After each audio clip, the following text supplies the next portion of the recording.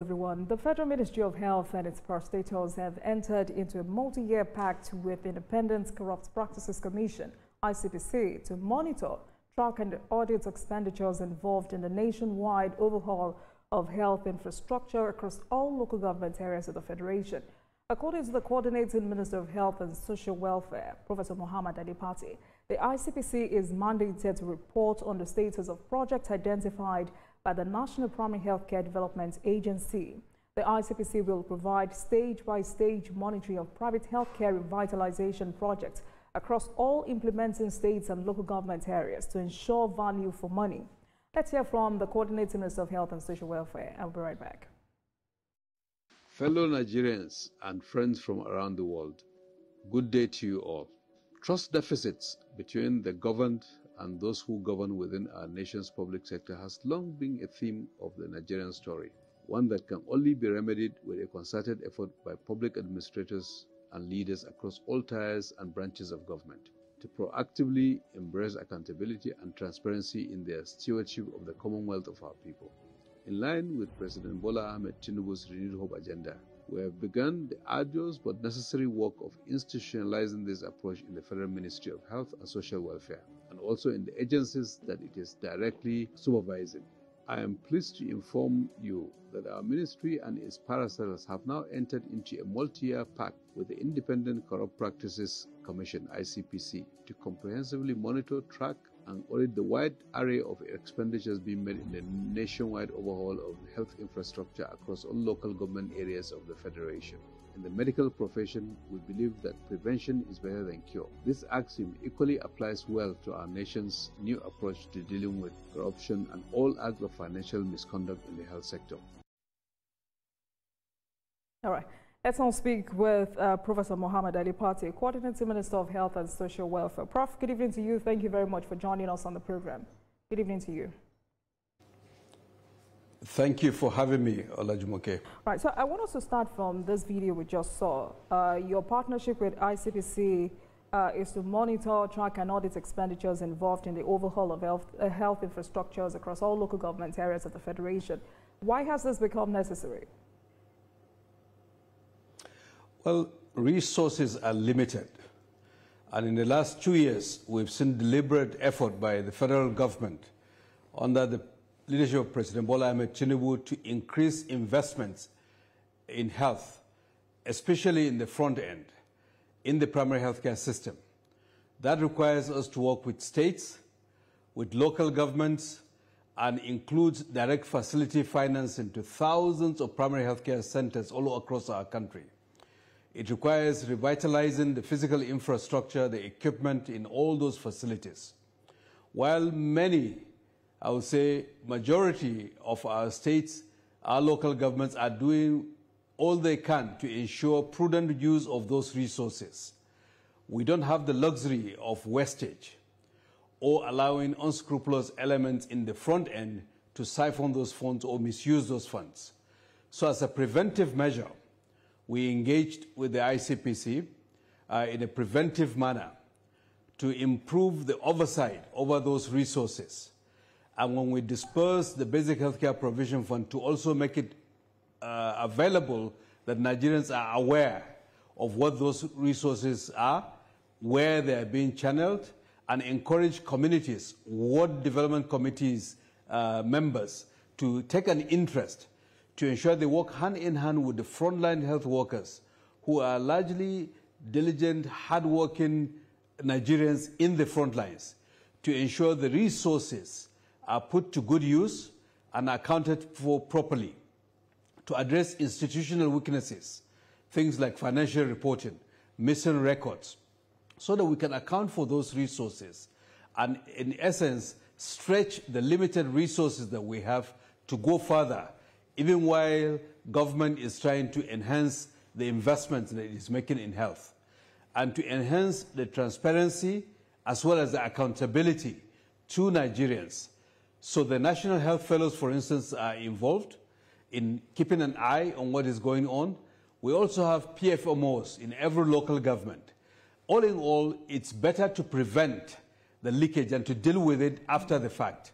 And we know that our systems are not perfect. and there would be challenges, but at least leaning in to try to preempt, rectify, address, and deter is our intent, because by the time the resources, let's say, are filtered, are misused, for instance, it's too late, especially for the amount that we're talking about.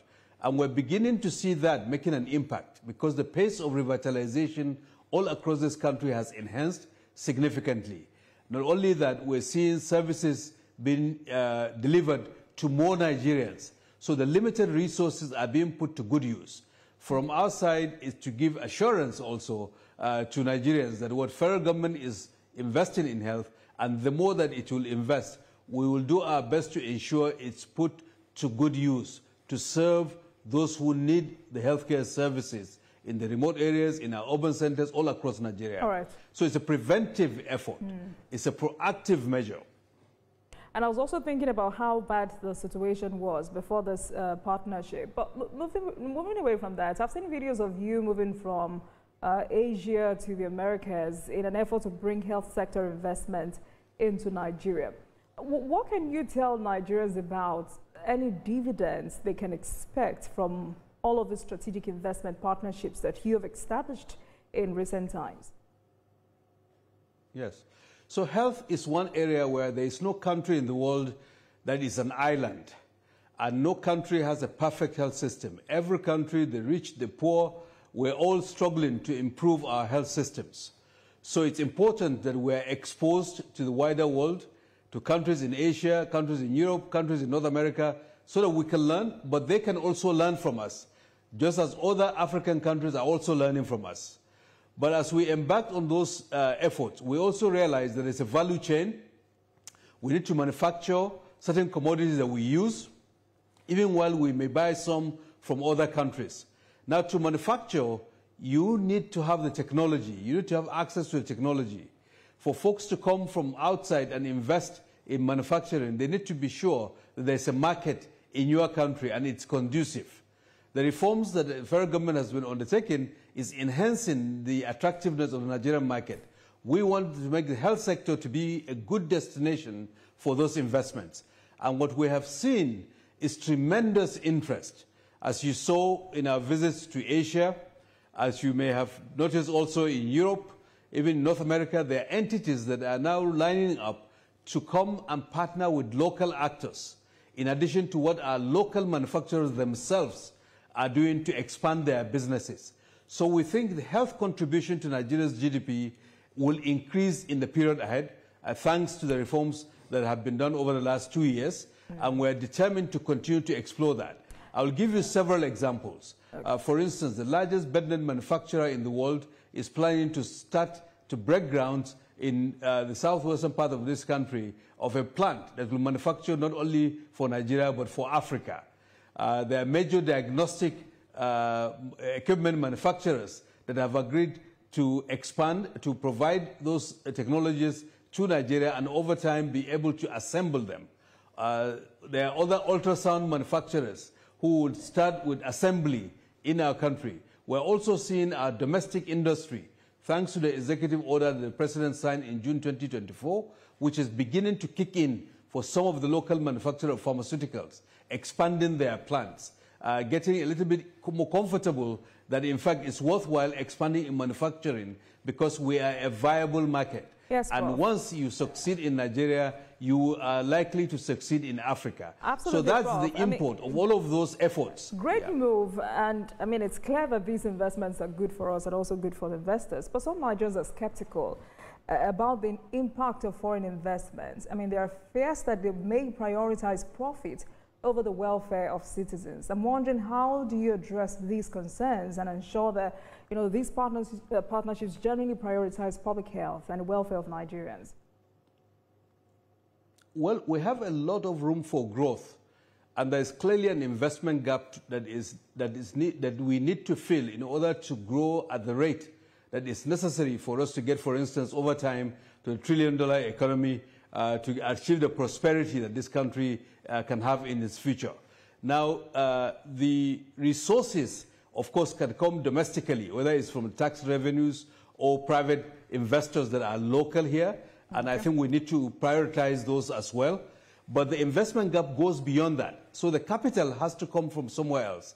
The role of government is to frame the policy and regulatory environment so that Nigerian public interest is protected, but that those who invest and take risks with their investments will be rewarded for those investments, so that we balance the public interest with the private expectation in terms of return on their investments.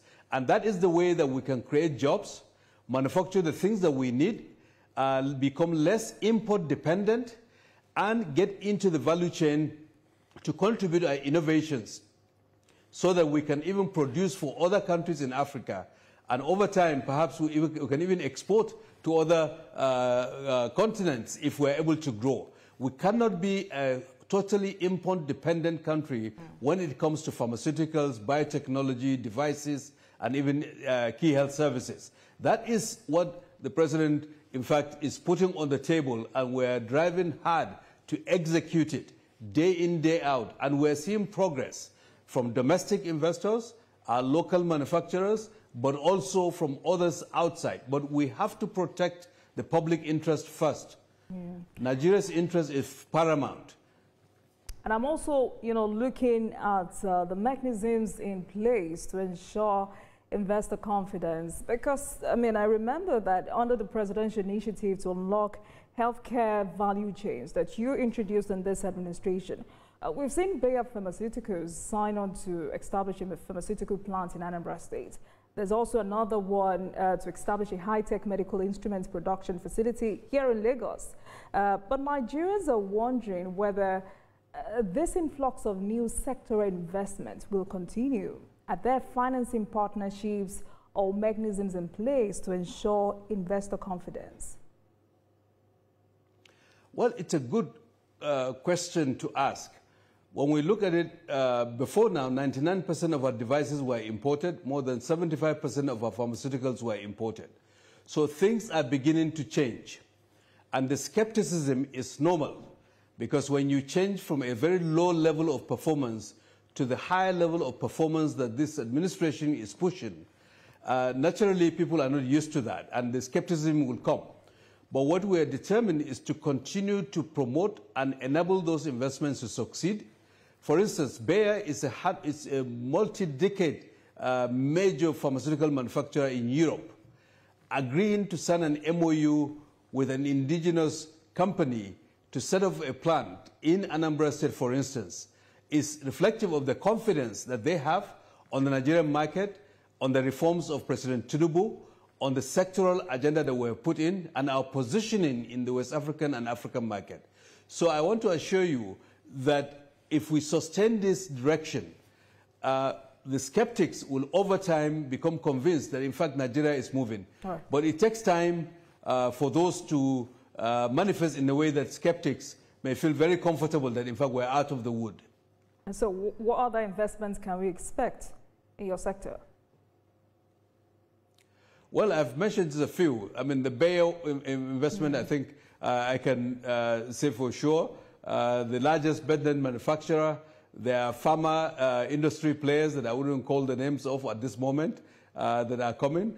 The TB diagnostics manufacturer. We already have some that we had opened, let's say Codix Bio in Lagos and Ogun. There are others here in Abuja in partnership with Naseni.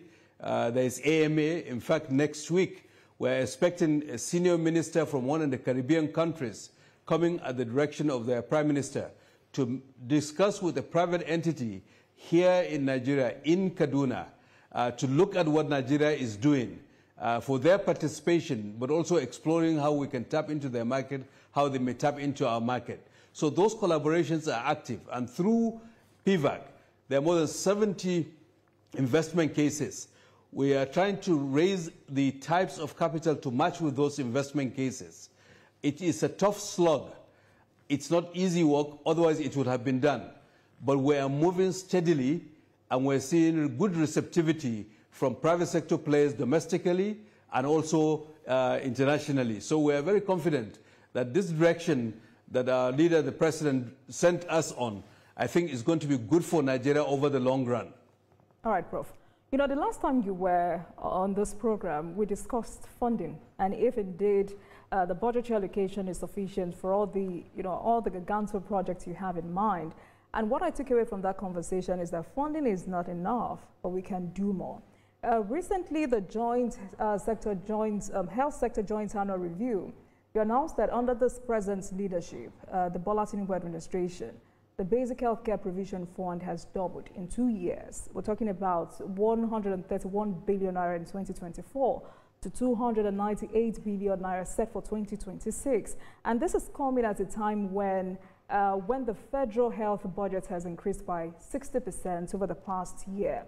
So when you look at all of the progress being recorded in the health sector, how much of it results from increased resource availability, and how much results from policy innovation and reform? It's both. I think we've tried to use what we have prudently, applying it in an allocatively efficient manner to the front end, to service delivery, to reach those who need it most. We also have used the additional resources from BHCPF, but also other sources of financing, multilateral financing, some grant financing, to deploy them in a way that will stretch us to deliver and reach more Nigerians. And we're beginning to see the results of that. That gives confidence to the Finance Ministry, Budget Ministry, but importantly to the President, to continue to prioritize health as we get into 2026. Because without those results, it will be difficult to argue that we need more resources. And we'll continue to drive that. The 8,800 primary healthcare centers that were benefiting BHCPF, now we're on the verge of adding 5,000 more, so that with the resources incremental, we can reach more facilities. And the equity angle to allocate more resources where the burden of disease is higher. And so there are many innovations that were put in place that are demonstrating, in fact, responsiveness, not only in terms of confidence of Nigerians, as was reflected during the JAR, that is actually increasing, the quality that is maintaining at a higher level in those BHCPF facilities, but the fact that maternal mortality is reduced by 17% in the Mami local government areas in the last 2 years, and newborn mortality by 10% in those 172 local government areas. By no means to say that this issue is settled across the country or that there are no issues elsewhere. There are issues, but we're beginning to tackle them head on. Utilization has improved from over 10 million per quarter. The first quarter of this year, we have about 35 million. Second quarter of 2025, 46 million visits, not individuals, which means the confidence of Nigerians in utilizing primary healthcare services in areas supported by the federal government, but working together hand in hand with the states. All the state governors and their commissioners and their agencies are working with us, and local governments. Algon is keyed into this, is keyed into the President's health sector blueprint. So together, we're beginning to move the sector forward. And that's the direction, arguing for more resources at the federal level, but more resources at the states as well. All right, Honorable Minister, the sector is moving forward, but resident doctors are on strike, and I wonder why. But I'll allow you to answer that question when we return from this break, and when we return, this conversation continues. Thank you for staying with us on the program, everyone. Coordinating Minister of Health and Social Welfare, Professor Mohammed Ali Pate, is on the program tonight, and the issues on the table tonight are industrial action in the sector, infrastructure project updates, new pharmaceutical manufacturing industries in Anambra, Kano, Lagos, and other matters. Honorable Minister, thank you very much for staying with us on the program. So why are resident doctors on strike?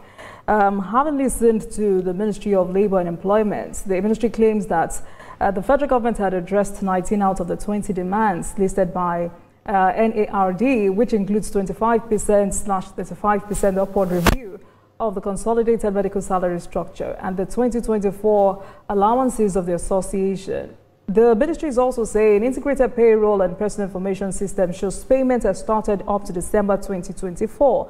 But resident doctors say this is misleading. So what should Nigerians believe?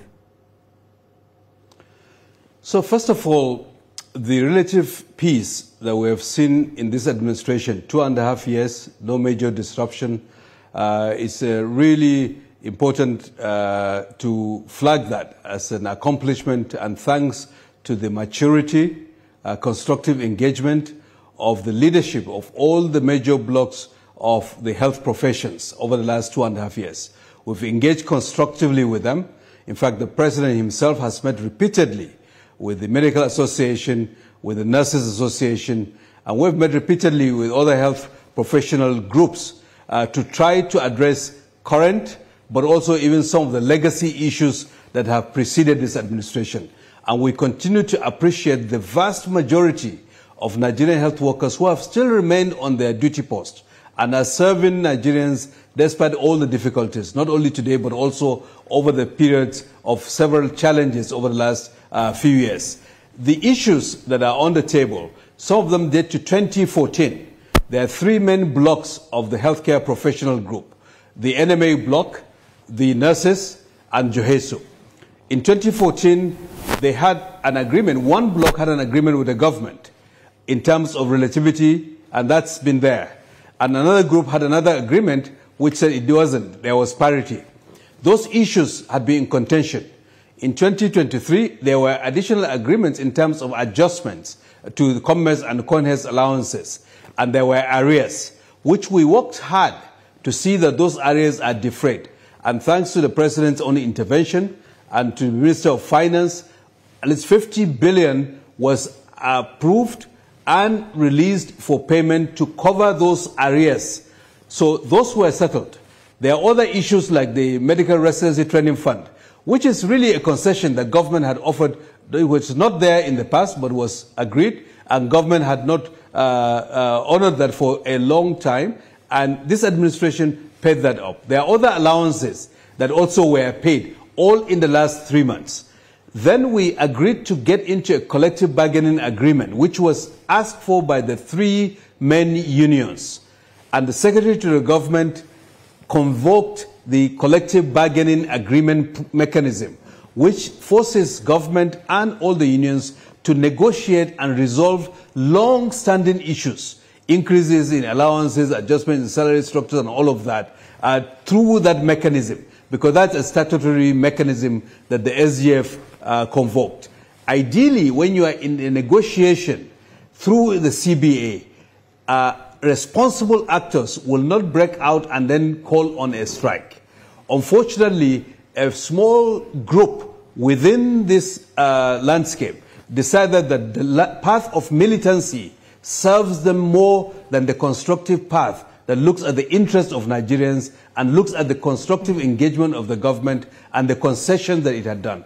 The key issue for this narrow sliver of the health professionals is the issue of Federal Teaching Hospital in Lokoja, where 5 medical officers who are not, some of them are not residents, and 2 residents had issues some time back. And they were found to have conducted themselves according to the civil service rules.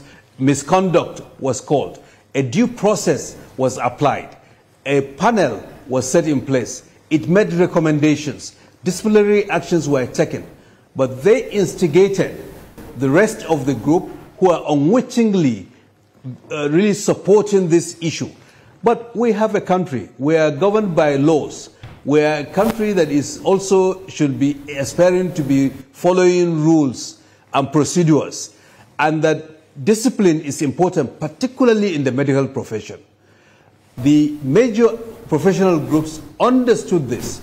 Legal luminaries have looked into this.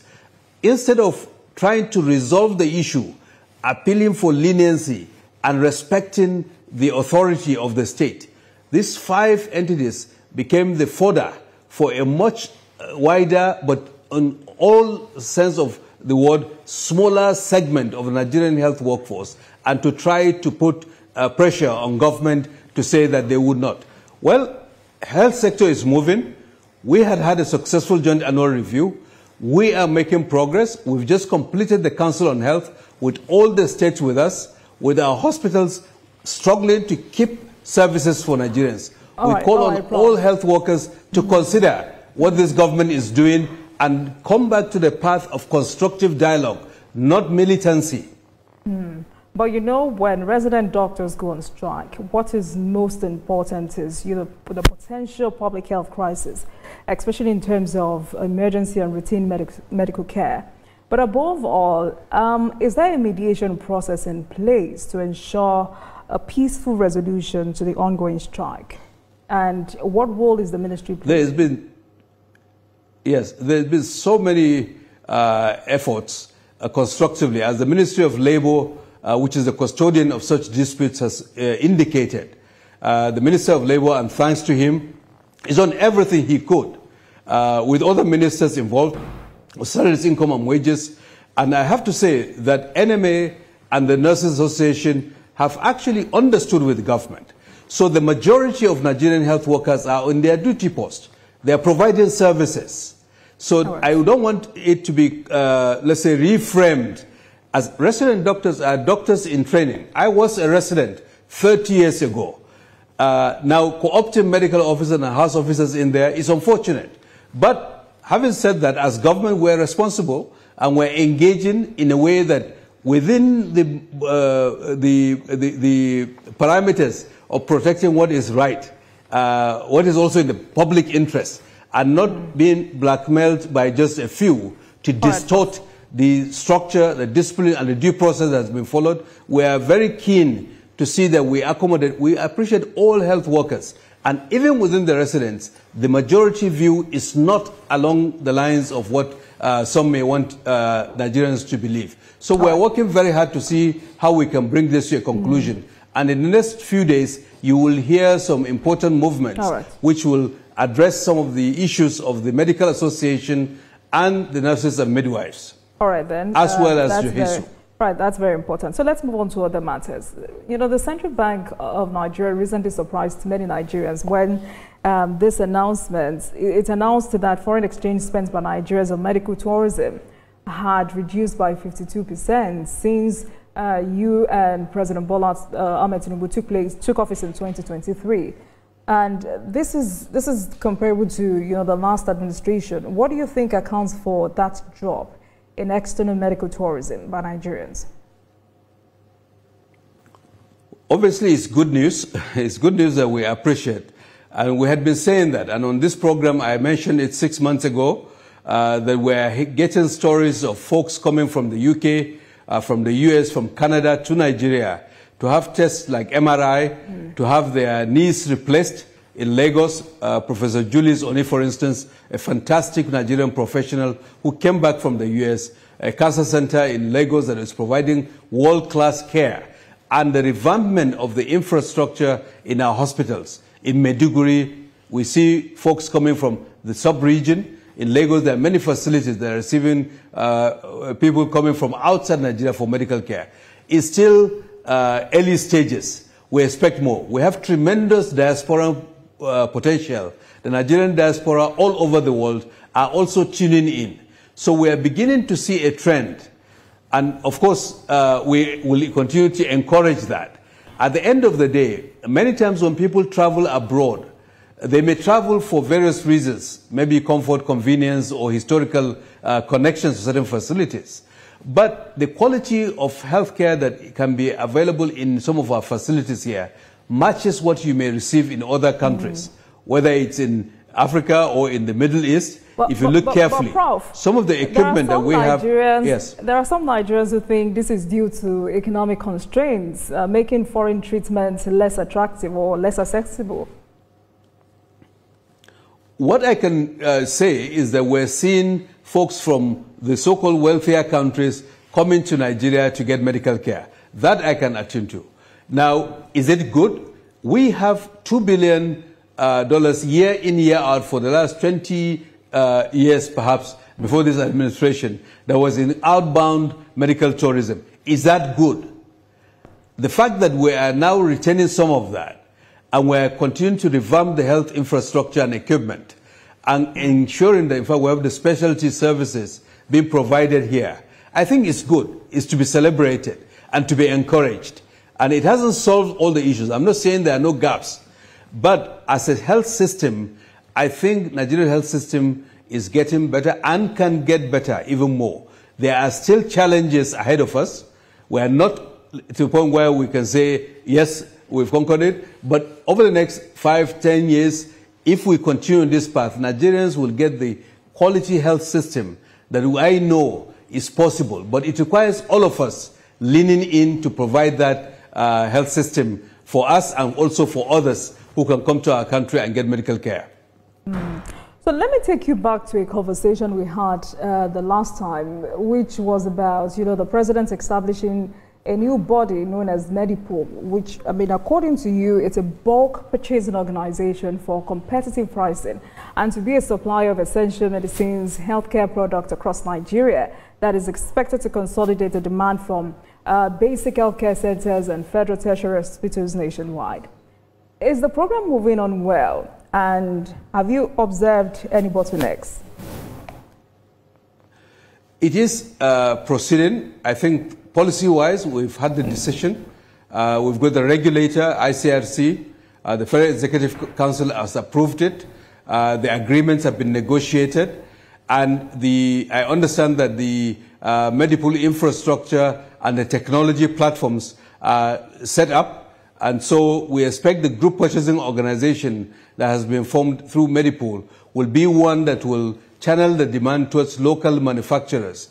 Then as we move forward with the resources of the federal government, encourage the patronization of local manufacturers of basic commodities. So I will say it's moving steadily in a good pace, and we are confident that we'll do it thoroughly and that it will achieve the policy objective for which it was announced and as approved.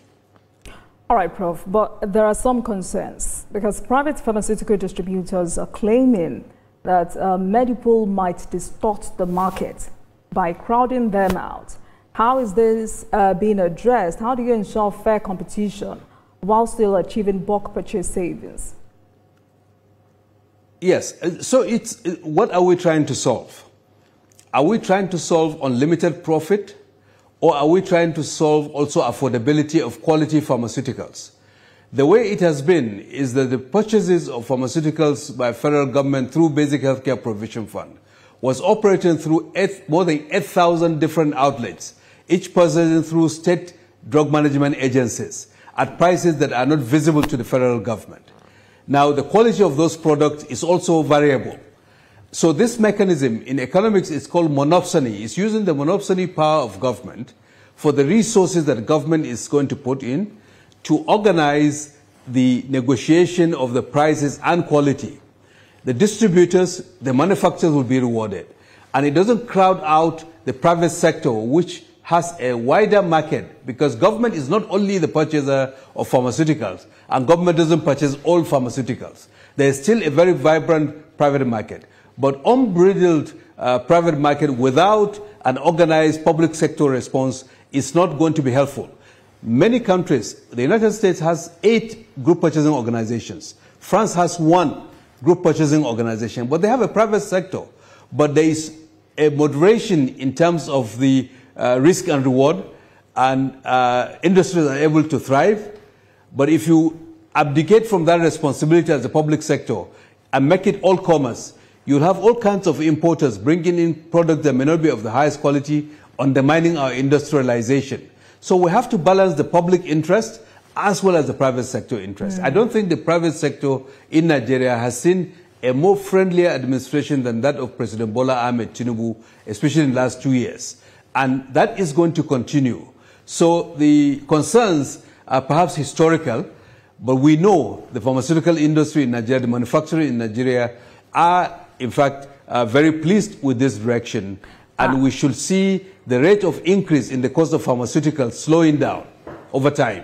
And for states who have reportedly or that have reportedly feel sidelined by Medipool's centralized approach, how is the ministry ensuring state-level buy-in?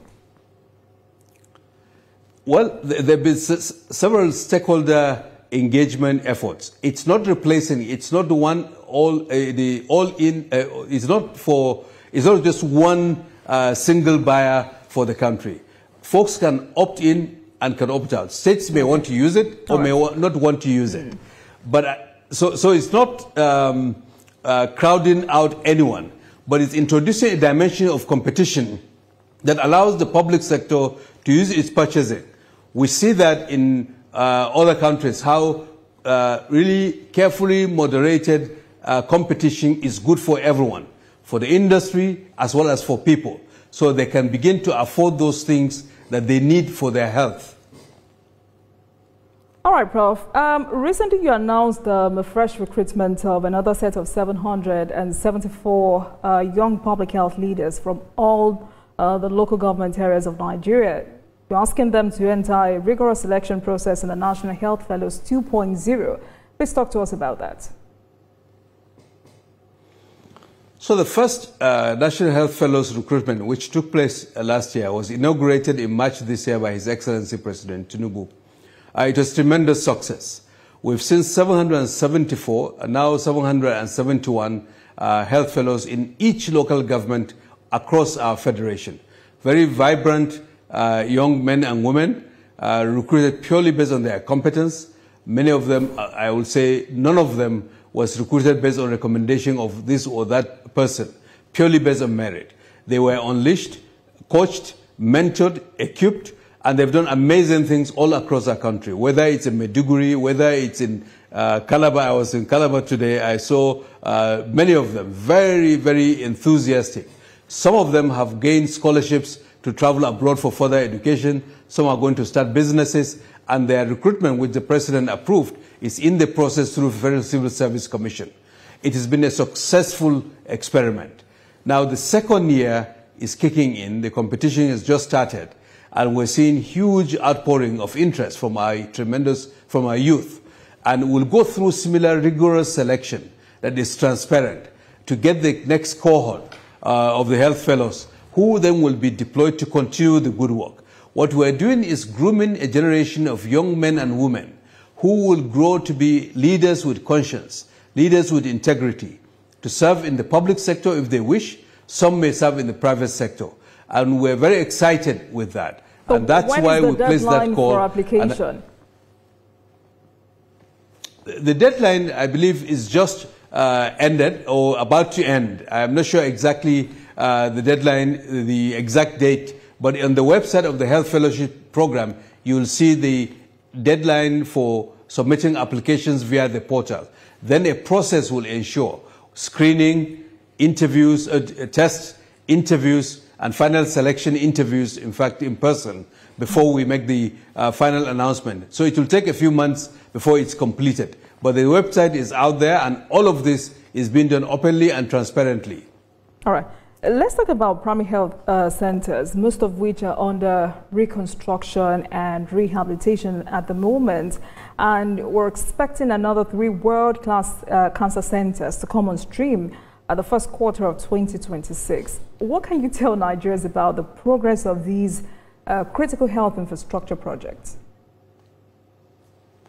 Well, the revitalizations are continuing, and I want to really sincerely thank all the state governors for really paying attention to the revitalization effort. Thousands have been completed. They are being commissioned, as you must have seen even recently in Kogi State, where at least 198 revitalized, some through impact, some by the state, and in many other states we're seeing that. More are on the way in that direction. For the cancer centers, the amazing thing is that we now have, we can say with confidence, that new cancer equipment is in Katsina, Enugu, Benin already. We've seen the replacement of the one in Maiduguri. Of course, Sokoto has a cancer equipment, and we know that the one in Youth, ABU Teaching Hospital, and Lagos are on the way, subject to the availability of funds to the original equipment manufacturers through NSIA. And that is in the hands of my colleague, the Minister of Finance, who is doing everything possible to ensure that the resources are made available. So we are all set on those. But that's not going to be enough. There will need to be more. Given the population of Nigeria and the burden of cancer, this is a start that we have never seen this level of concerted investment in cancer care, or through NICRAD, the Institute for Cancer Research and Treatment that is here in Abuja. But we're seeing tremendous investment going in that direction. And we must continue with those investments alongside training of the doctors, nurses, physicists, and others to provide care. Ultimately, the care that Nigerians need, and for it to be affordable to them as well. Doesn't foreclose the private sector also playing its part in that direction. All right. Let me ask you this, Prof, because I just remembered there was a news analysis that suggested there could be an enhancement in service delivery and institutional efficiency if some perceived duplications in function were removed between your Ministry of Health and Social Welfare and the Federal Ministry of Humanitarian Affairs. Is there any merit to the idea that institutional reform could lead to better results if the two ministries streamlined and synergized their approaches and policies? I think my understanding is our president has assembled a great team, and that team works across sectors. We reach out to each other, we work collaboratively, and all to drive the mandate that the president has, with which Nigerians are at the center of it. So if each and every one of us continues to do the best they can, I think the overall objectives will be met. So I think at this moment, whether it's on issues like nutrition, which is multi-sectoral, or on issues of internally displaced persons, we collaborate, we speak to each other, we have desk officers. So it's not siloed, as you may, folks may want to believe from the outside. So I think it's the way it is, it's a team effort, and we're collaborating very much, whether the centralized ministries or other ministries that are related to the mandate that we have, just as we reciprocate that, whether it's youth, whether it's Ministry of Women's Affairs, whether it's the Humanitarian Affairs and Poverty Alleviation. We will continue to do that with the sole objective to drive and translate the vision of the president to tangible results for all Nigerians. You know, I asked you that question because there seems to be a public perception that your focus has shifted predominantly towards health, possibly at the expense of social welfare initiatives. How do you respond to these concerns, especially given the critical nature of both areas for the well-being of Nigerians? I think, you see, the issue of welfare, all that government is doing across different ministries, departments and agencies is geared towards improving the welfare of Nigerians. On the social sector side, we've got a cluster model. There are things that are done in other ministries. The Ministry of Health does not specifically or directly execute on those, and it should not. But it should work within the context of a team, within the context of a collaboration. And so those that may think in hierarchical terms or in terms of just an individual ministry and turfs, they will misread this construct. But when you take it as a cluster and a team of ministries and ministers working collaboratively to achieve a mandate, it doesn't really matter where you sit, so long as the objective is being met. Whether it's on the social investment that is being done some other ministry, but I'm on the panel, and we have mechanisms to lean in, to advise, to support each other. Whether it's what the Ministry of Women's Affairs is trying to do, where we lean in, whether it's on maternal mortality, where Ministry of Women also has a role to play, whether it's on the youth agenda, where the Ministry of Youth, in fact, drives it, but we also have an interest in terms of adolescents and their health. So Paul, collectively, we're working to enhance the social welfare of Nigerians. And you don't have to personalize it to any one ministry or any one minister. It is us working collectively. And nutrition is another good example. Agriculture is involved, health is involved, budget and planning is involved. But we're working as a team to translate Mr. President's vision into tangible improvement for Nigerians, and we'll continue to do that. All right. Coordinating Minister of Health and Social Welfare, Professor Mohammed Adipate, thank you so much for speaking with us on Politics Tonight, and we wish you the very best. Thank you so much. Thank you, Olajumoke. And thank you very much for watching, everyone. That's our package tonight. But let's tell you that the views and reactions of our resource persons are theirs and have no connection with TVC News. Meanwhile, you can watch the repeat broadcast of this episode at 12:30 a.m. Get in touch with us on our social media handles, Facebook, Instagram, and X at TVC News NG and at Olajumoke using the hashtag Politics Tonight. We're also on YouTube at youtube.com/TVC News NG. I am Olajumoke Olatunji. Good night, everyone, and have a great weekend.